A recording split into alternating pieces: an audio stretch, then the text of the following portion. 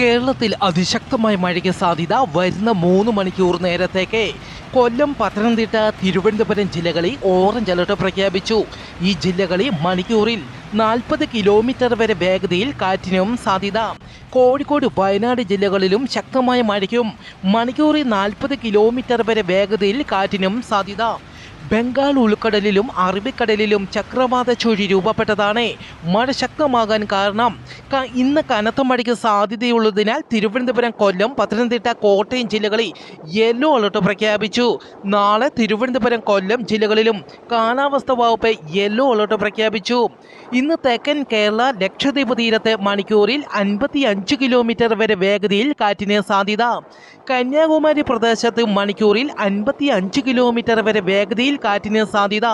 നാളെ തെക്കൻ ശ്രീലങ്കൻ തീരം, തെക്കു പടിഞ്ഞാറൻ ബംഗാൾ ഉൾക്കടലിനോട് ചേർന്ന പ്രദേശങ്ങൾ, ഗൾഫ് മാന്നാർ, കന്യാകുമാരി പ്രദേശം എന്നിവിടങ്ങളിലും മണിക്കൂറിൽ 55 കിലോമീറ്റർ വരെ വേഗതയിൽ കാറ്റിന് സാധ്യതയുണ്ടെന്ന് കാലാവസ്ഥാ വകുപ്പ് അറിയിച്ചു.